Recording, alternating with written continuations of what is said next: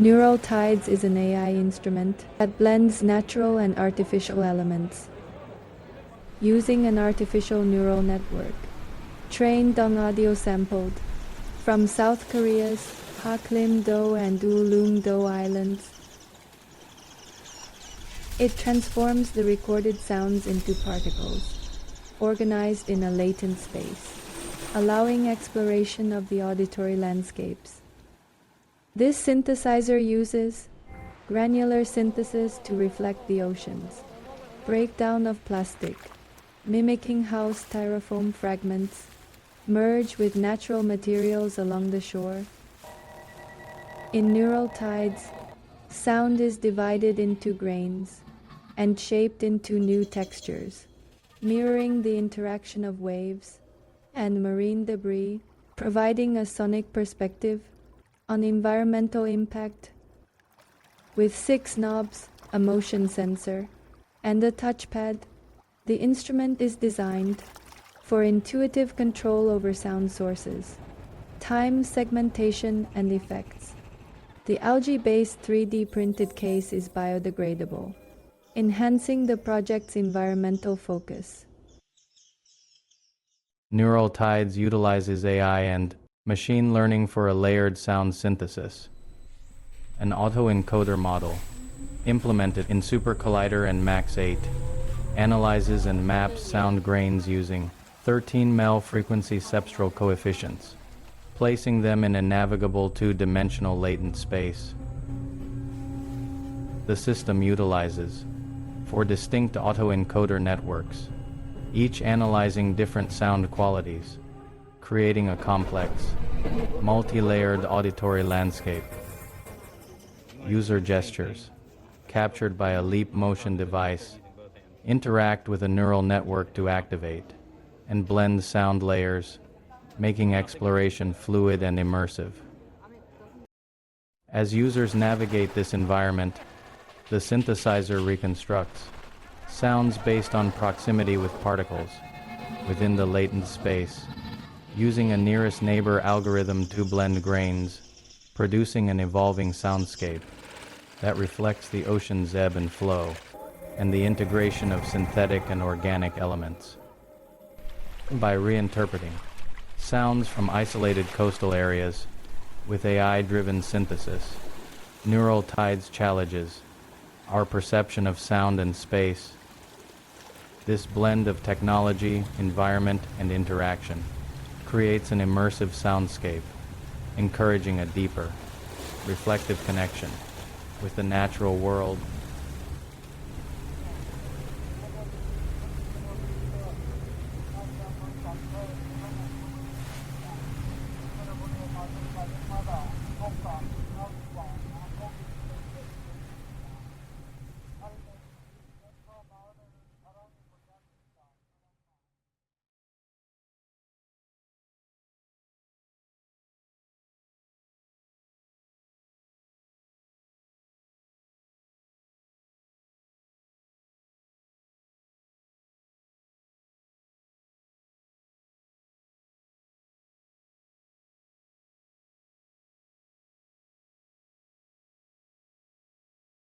Hello NIME, it's wonderful to be here today, albeit virtually from Bristol this year.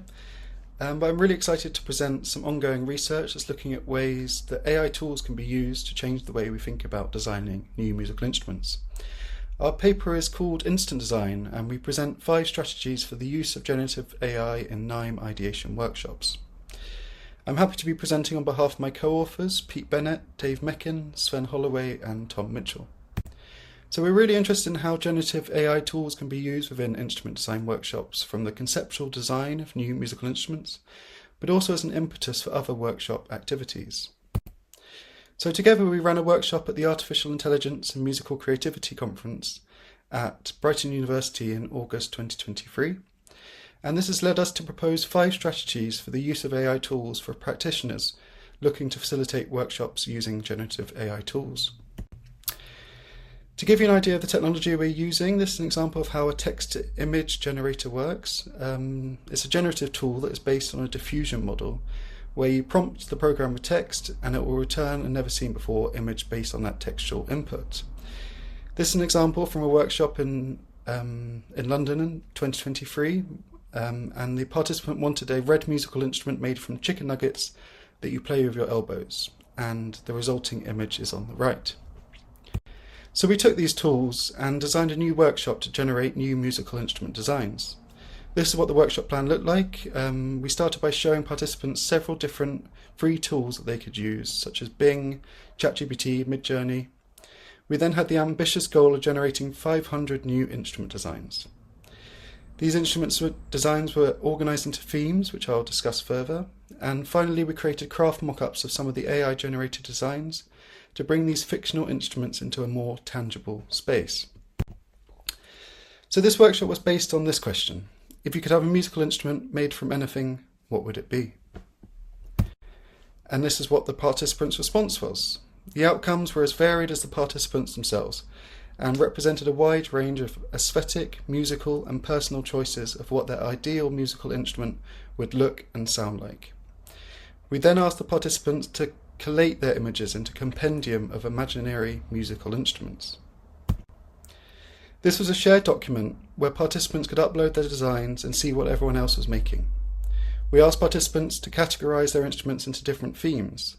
The most popular categories included wearable designs, steampunk instruments, and edible instruments. We also collected the prompts that the participants used, and we asked them to create a short description of their invention. This was a useful way for us to gain an understanding of the prompting behaviour of the participants and the most commonly used phrases.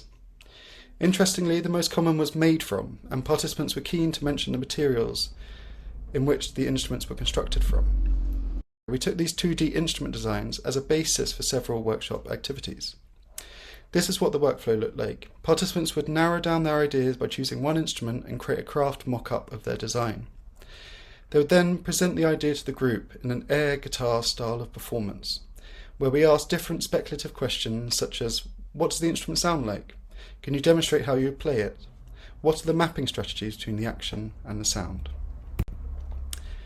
Based on the findings from the post-workshop discussion and our experience from running several fictional instrument design workshops, some with AI tools and some without, we proposed 5 strategies for practitioners facilitating future workshops. Number 1 is provide clear activity briefs and starting points. Some participants found the endless opportunities of working with generative AI tools quite daunting and didn't know where to start, so we suggest providing participants with a clear and specific brief to guide their creative process. For example, design an instrument made out of available materials, or design a musical instrument that's played with one hand. Number 2, consider how speculative the design should be. We suggest establishing speculative designs by introducing real-world considerations like feasibility, playability, and materials later on in the workshop. Guide participants to think about practical implications and applications of their designs. Number 3, structure tasks around collaborative engagement. We suggest promoting collaborative design amongst the participants by facilitating discussions to refine and evolve ideas. Ask small groups of participants to collectively work on one instrument design to encourage further discussions on that particular instrument. Number 4, encourage iterative interaction with AI tools. Make sure the participants are aware of methods of iterating on a design, for example, in-painting, out-painting, and reuse of prompts. We found that iterative design with AI tools is useful to the participants due to the unpredictable nature of these technologies. Number 5 is involve physical materials and activities. We found that the use of physical objects in the workshop addressed some of the challenges we encountered in previous workshops, and these activities encourage participants to move away from gestures associated to existing instruments to a newfound gestural space. Ask the participants to present their craft mock-ups alongside the AI-generated images to give plenty of material to convey their designs. So thank you for listening, and I hope this entices you to read the full paper, and I hope you all have a great conference. Thank you. Hi, I'm Dr. Ryan Ingebrigtsen, Professor of Music Technology at West Texas A&M in Canyon, Texas. I am here today to talk about a recent study conducted by myself and my collaborators, including Professor of Music Therapy Dr. Daniel Evans and Dr. Christopher Knowlton at Rush Medical University. In this study, we attempted to isolate any metric, either through movement correlation or observation, that could be used to effectively measure the level of kinesthetic empathy between performers using a real-time interactive music system. Kinesthetic empathy means slightly different things in various fields. In music and dance, it's often called vicarious performance or metakinesis or intermimicry. Kinesthetic interaction design calls it the ability to detect and decode the input of other users. In kinesthetic interaction design, Folkman et al. Developed a framework. Of the 4 case studies used to demonstrate this classification system, none of the examples included kinesthetic empathy. In general, it seems to be the most elusive of the 7 parameters they set out.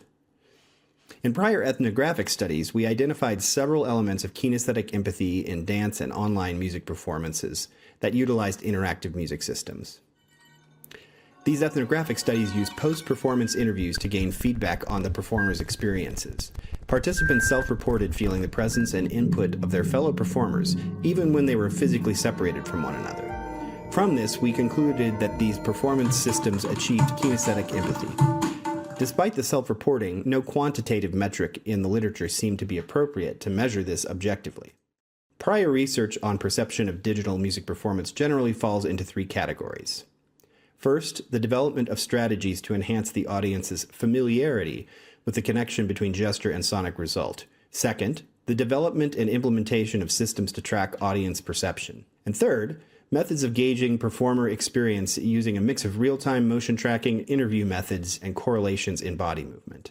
In the case studies presented in the literature, audience members were often asked for general performance rating. We did not feel that this could be used as an indication of kinesthetic empathy between performers. Research by Alexander Demos et al. Suggests that there is a beyond-chance correlation in postural sway between 2 musicians playing the same music, and that this correlation exists between performer and observer, even when observer is watching a video. This seems to give experimental evidence for the existence of kinesthetic empathy in performance situations. However, the studies involve the performance of notated music passages. As most interactive electronic music performances are improvised to some extent, this method may not be adequate to identify such correlations in movement. To find our metric, we chose a novel approach. We video recorded several duet performances of 2 different pairs of performers using an established interactive music system called the Body Sample Player, uses motion tracking data to isolate discrete joint positions that control the volume of looping samples. For the current study, we use the latest version using a Connect 2 camera for motion tracking, Touch Designer for data collection and scaling, and Ableton Live to manage sound samples. The 2 performers were separated by a thick black curtain during the duet performances to minimize any visual or haptic feedback. We then asked each performer to engage in solo performances on their side of the curtain. From these, we created 8 videos, 2 of which were real duet performances, and 6 that were created by splicing each side of a solo performance together to make it appear they were real duet performances. We then created a survey where each of the 8 videos was shown, directly followed by 5 survey questions inquiring about overall performance rating, perceived expressivity, the connection between gesture and sound, who was the perceived leader, and perceived interactivity between performers. These questions were asked to determine if there was a significant difference between the real and fake videos in any of these aspects. Of all of these questions, only the question of interactivity showed a significant difference between real and fake videos. A Wilcoxon signed ranks post hoc analysis of this aspect showed that videos 1 and 2, which were the real duets, have a significantly higher rating of interactivity with all but one of the spliced videos. Because the Body Sample Player is an instrument with a long performance history, where both musicians and dancers have self-reported feeling the presence and input of other performers based on the auditory sense, we feel this is an indication that it facilitates kinesthetic empathy by the definitions in various fields. Our findings in this study suggest that this sense of connection and interactivity is observable to a general audience, and therefore this metric could be used to measure the level of kinesthetic empathy in this kind of performance. This could be used in future to help measure the effectiveness of various pedagogical and design interventions for a number of interactive music systems.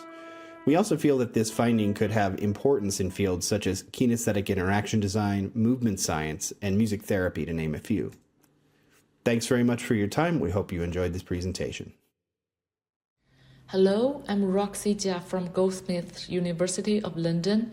In this presentation, I will introduce our research which explores how interactive media can be integrated as a dramaturgical and scenographic element in theatrical productions.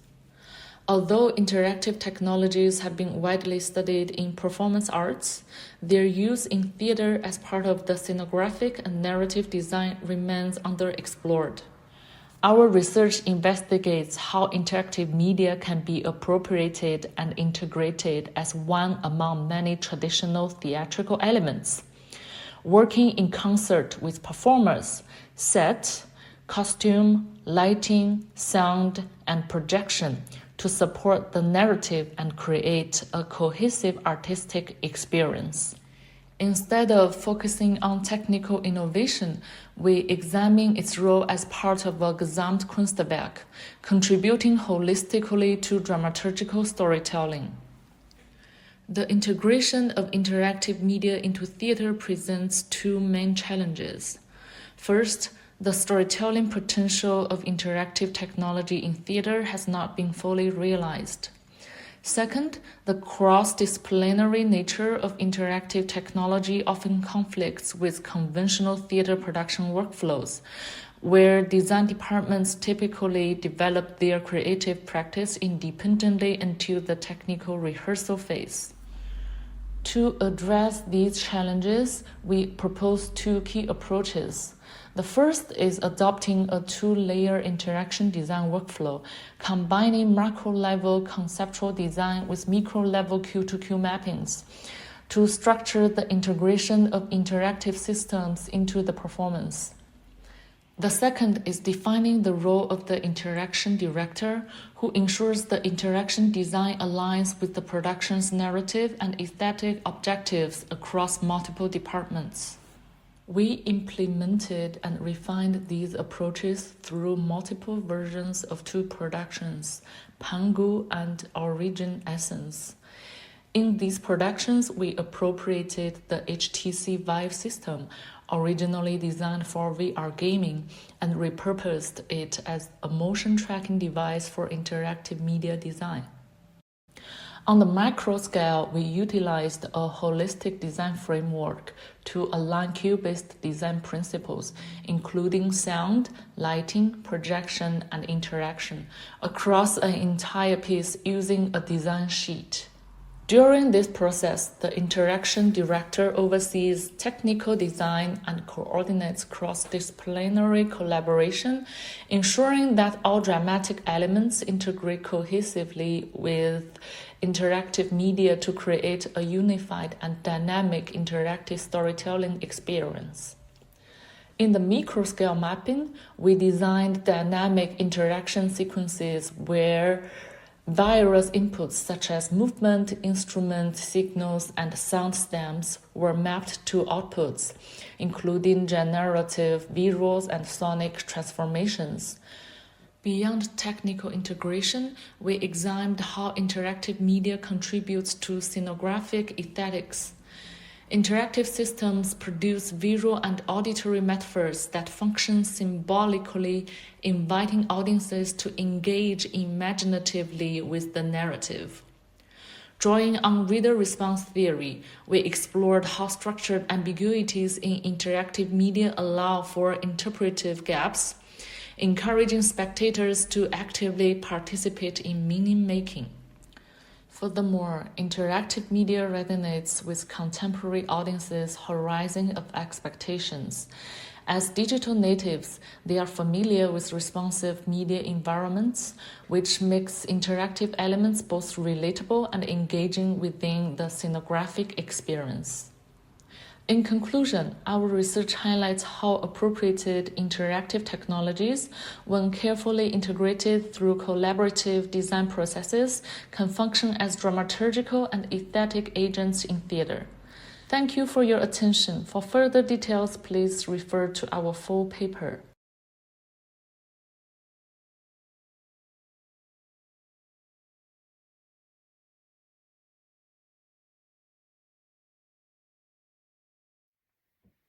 Hi, I'm Nolan Hildebrand, one of the authors of the paper Out of Control Feedback Systems and Collaborative Influence with the Instrumentalist Mixer Feedback Transmutation System.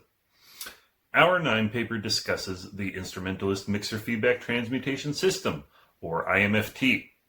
So this is a chaotic electroacoustic system that's designed to facilitate interaction and collaboration between performers and mixer feedback, aka no-input mixer. I have composed for the IMFT system and performed with it in a number of collaborative and improvisatory situations. So the IMFT system expands on the no-input mixer paradigm by connecting an instrumentalist microphone input into a mixer along with feedback loops that is operated by a mixer performer.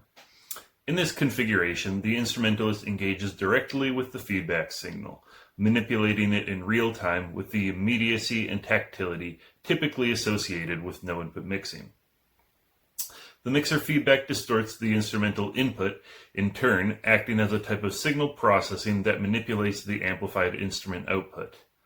Although previous work describes the input of external controllers, sequencers, with no input setups, the use of acoustic instruments patched in via microphone opens up the possibility for more humanistic and virtuosic interaction with mixer feedback. The potential for performers to directly manipulate the feedback patch enables dynamic interactions with both the mixer performer and the self-sustaining feedback loop, creating new musical avenues for improvisation in live performance. This paper explores the creative and technical potentials of the IMFT system with acoustic instruments. This research is exploratory in nature and is guided by two central questions.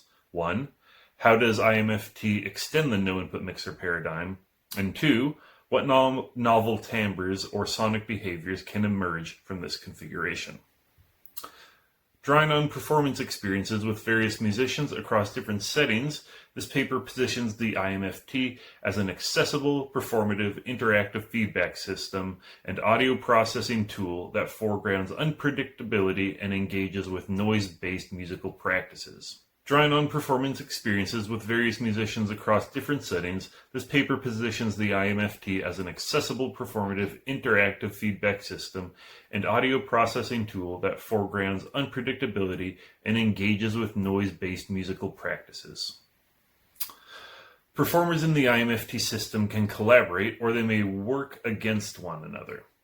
David Novak notes that this performance practice is common among noise artists, particularly those in Japan working with chaotic feedback, stating that, quote, feedback's modes and techniques are abstracted beyond self-expression, beyond even the flexible constructs of improvisation and experimental sound. Noise is more than merely indeterminate. It is out of control. This noise-centered aesthetic goes beyond ideas of controlling feedback and aligns itself in the negotiation with semi-autonomous chaotic feedback systems. This out-of-control performance practice is one of the ways to approach performance in the IMFT system. In my opinion, this noise-centered aesthetic/approach is especially interesting because it is less common in electroacoustic music.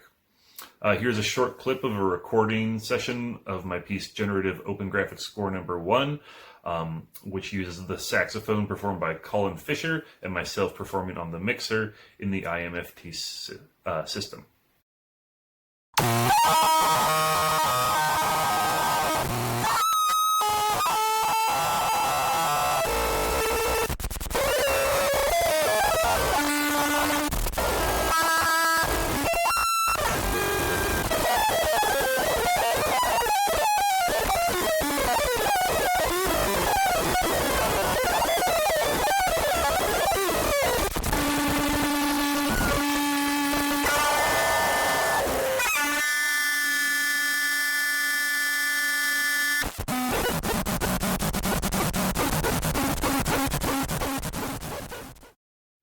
Thanks for listening. I hope you'll consider attending my paper presentation.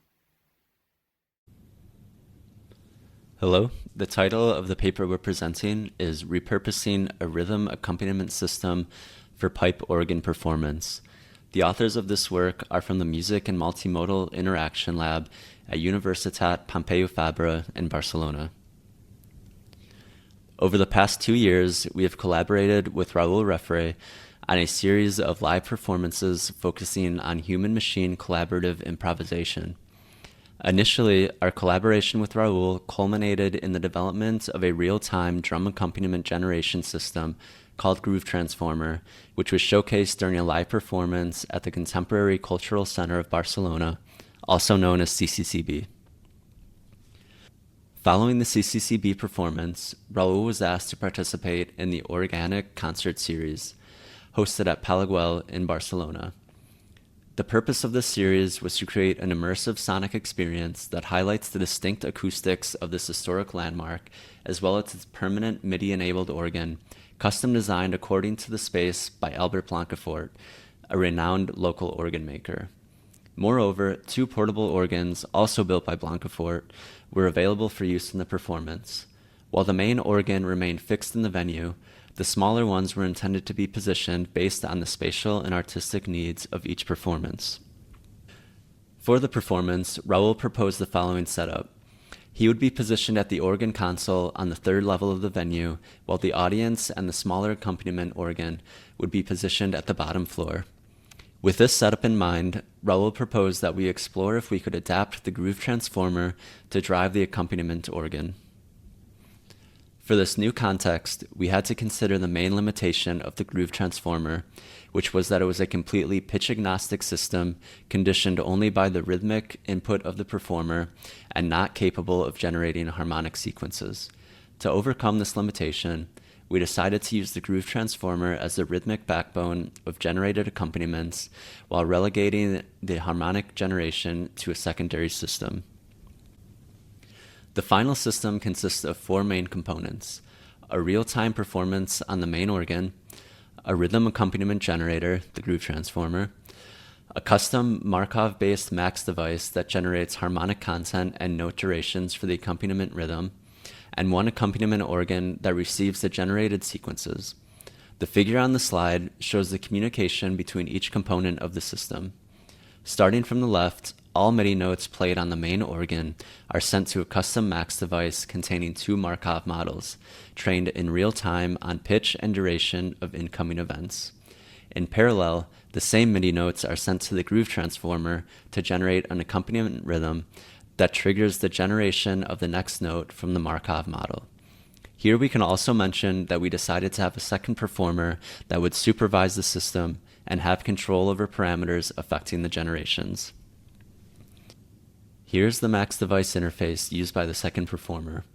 This device allows the second performer to control the training process as well as affect the generation process. For example, the performer has controls to affect the density and rate of the generations, to select the order of the Markov model, and to apply octave transpositions or note duration multipliers to the generations. The manipulations allow the performer to generate anything from fast, dense patterns to long, sustained drones. Although the design of this accompaniment system was dependent on the constraints and context of the specific performance, we see this system as being very adaptable and potentially more effective in other contexts. Ultimately, this work underscores the entanglement of artistic constraints and technical design decisions, illustrating how model selection is inherently shaped by the specificities of the performance context. Rather than defaulting to the most recent or computationally advanced models, we opted for a method that prioritized responsiveness and sensitivity to live interaction. In doing so, we demonstrate that in co-creative, improvisational settings, the most appropriate model is not always the most sophisticated, but rather the one best aligned with the situated demands of the performance environment. Across Hong Kong today, traces of colonial forts, watchtowers, and wartime defenses are fading, buried by the development or simply overlooked. Yet, these sites hold critical stories of resistance, occupation, and shifting territorial power that continue to shape the city's identity. This project, Rings Through Rings, brings these disappearing military sites back into focus through sound.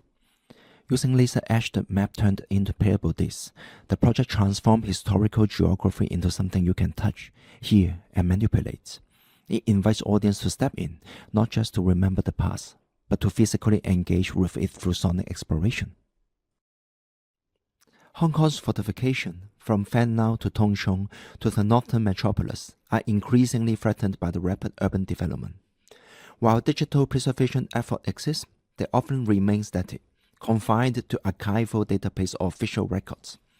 This project offers an embodied alternative. It translates historical cartography into real-time participatory sound making. Audience engage directly with the turntable, activating, distorting, and reinterpreting this sonic landscape through physical gesture and listening. In this project, each laser etched this function as a playable score. The stylus reads uneven grooves, producing crackles, drones, and texture that fit into the max MSP-based system. There, 5 sonic layers unfold. First, there's a raw mechanical audio, the stylus scraping across the etched surface. You hear clicks, crackles, and texture drawn directly from the engraved terrain. Second, the signal passes through real-time processing. Techniques like spectral stretching, pitch shifting, and delay transform each gesture into a richer sonic texture. Third, we use crossed synthesis. The sound from the disc modulates archival recording, such as the Qing Dynasty military songs, Japanese army's anthem during the Second World War, and the local fishermen's chants, creating hypersonic memories. Fourth, full concatenative synthesis with catharts, fragments from field recording and historic materials are resampled in real time, triggered by how the disc is played. And finally, everything is sensed through spatialization with spots. The sound moves across a multi-speaker array, guided by gesture, pitch, and amplitude, placing the listener inside an evolving and immersive environment. Audiences are free to explore the disc however they choose. Some spin slowly, others rapidly scratch across the grooves, a few even stacked 2 discs together, accidentally creating polyrhythms and layer textures. These gestures don't just produce raw sound. When specific pitch or rhythmic thresholds are detected, they trigger recordings of an acoustic ensemble's performance, performing a score that was itself generated from the same disc data. In this way, the audience becomes a kind of delayed co-composer. Their tactile exploration activates musical phrases shaped by the very terrain they are touching. This is improvisation through material memory, where archived geography becomes alive through sound, gesture, and mediated performance. This project is shaped by a range of media and interaction theories, many of which idea of transcoding guide the transformation of cultural data into computational inputs. Flusser's concept of technical image highlights that archives are not neutral, they influence how we perceive history. The open design is influenced by Jenkins and Simon's work on participatory culture, where audience agency plays a central role in shaping outcome. Ishii's principles of tangible interaction anchor the interface in embodied performance, making physical engagement a key part of the experience. These are made from PVC and wood, each chosen for their tactile and sonic responses. Laser depth and etching density are adjusted to influence groove complexity. In our experiment, the PVC creates a brighter texture, wood uses warmer tones. Each disc embeds history, not as symbol, but as a score. This project has already been tested in Hong Kong and will be exhibited in ICMC 2025. There, audience members will interact freely with the disc, and structured survey will gather feedback on how they perceive the sonic, spatial, and tactile dimension of the experience. This feedback isn't just evaluative, it's generative. Insights from this interaction will inform future iteration of this work, refining how this texture shapes sounds, how gesture is translated into spatial movement. So to us, this project is somehow like a sonic archaeology. It invites us not to preserve memory as static, but to perform it, to co-compose history together with the audience. So at the end, we would like to thank Hong Kong Research Grants Council Faculty Development Scheme for supporting this project. Thank you so much for your time and attention. Hello everyone. Today I would like to share with you our work on collaboration and recursion, reflections on calligraphy and feedback. This is a collaborative paper for NIME 2025 between myself, Yuri Kuzmin, Omar Kanavati, and Raul Masu. And in this paper we tried to explore the intersection of Chinese calligraphy and electroacoustic feedback systems. What you see here is our final installation, Reverse Movement, which consists of copper plates with acid-etched Chinese calligraphy that also functions as a speaker and microphones and a feedback system. This work emerged from a 3-month collaboration and represents our attempt to understand the recursive nature of artistic collaboration itself. So coming from different areas, we needed to create a meaningful dialogue across these disciplines while being mindful not to appropriate the culture that we're referencing and try to engage in a genuine exchange. Conceptually, the work is centered around what we call 3 forms of recursion, which is the feedback in its technical and sonic understanding, collaboration, the dimension of process, and ecology as the analytical dimensions, in which we try to understand how different agents in the creative ecosystem influence each other. These 3 forms of recursions are connected by a quote from Dao De Jing, which became the namesake of the piece. Reversal is the movement of Dao, or 反着道之动. This philosophical concept of recursive oppositional continuity guided the technical implementation and the collaborative process itself. So my co-author Omar Kanavati uses a pretty unique calligraphic technique. While the traditional Chinese calligraphy uses ink and paper, Omar replaces it with the combination of corrosive fluids and metal plates. So he uses traditional brushwork and scripts, but instead of ink, he applies acid directly with the brush onto the metal surface. The left image shows the oxidation after 2 minutes of applying the acid, and you can see the chemical reaction in real time. The right image shows the writing process itself. The calligraphy uses both positive and negative approaches to etching, and usually the metal is sanded prior to writing to accelerate corrosion, and the reaction continues to run indefinitely until it is interrupted by mechanical or chemical means.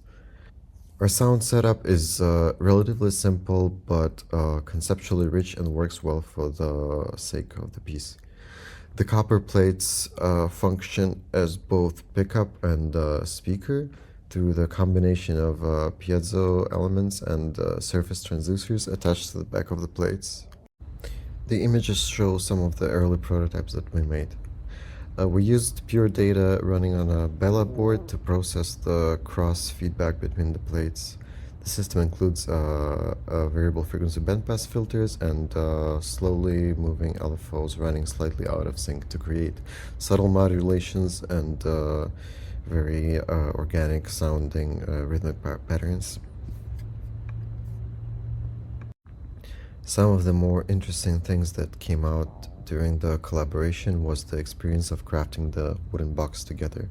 Although this was the most logistically and technically challenging part, it was also the moment of most cohesion between the authors due to the shared inexperience.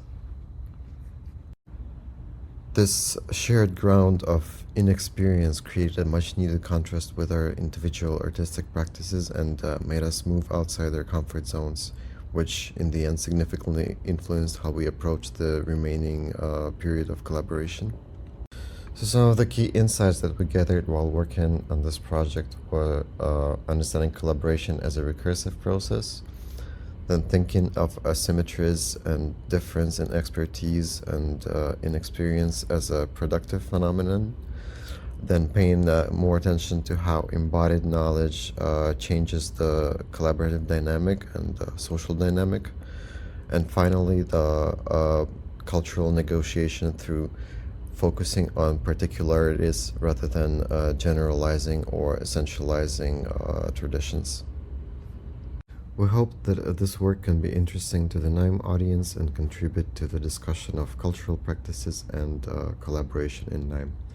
Thank you for your attention.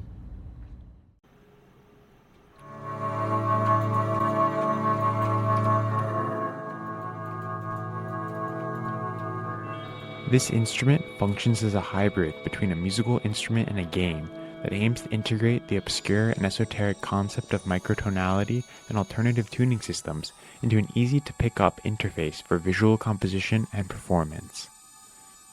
This instrument arose from the conflict between my love of wonky chords and justly intonated or microtonal music and the difficulty of actually easily composing with them. I wanted to make an instrument that felt like a game that anyone could play, but also made it easy for me to express all of my ideas about non-12-tone temperament music that is very difficult to realize, as it's not easily compatible with systems like MIDI or live performers.